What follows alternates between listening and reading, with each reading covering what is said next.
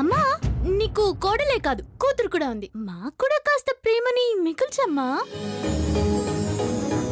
నీకు ప్రేమను పంచడానికి ఎక్కడో ఉంటుంది. ఎవరు? మీ అత్త. ఇక్కడ అమ్మే ప్రేమను పంచలేంది, అక్కడ అత్తేం పంచుతుందిలే.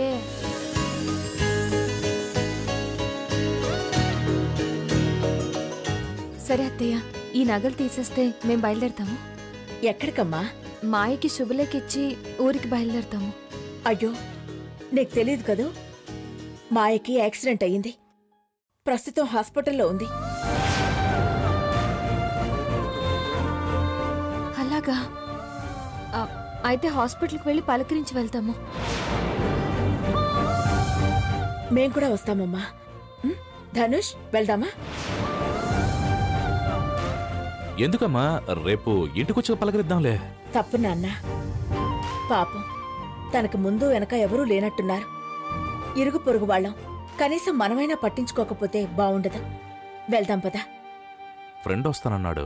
ఆల్రెడీ రావాల్సిన ఫ్రెండ్ వచ్చేసాడు కదన్నయ్య, పద వెళ్దాం.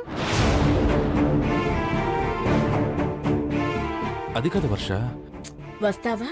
క్యాబ్ బుక్ చేసుకోమంటావా? దాని కంట్లో పడితే శాపన అర్థాలతో చంపేస్తుంది. పైగా అమ్మ వాళ్ళకి నా గురించి చెప్పేస్తుంది. ఏం చేయాలి?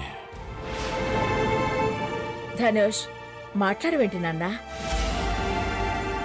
వెళ్దామమ్మా. పదమ్మా.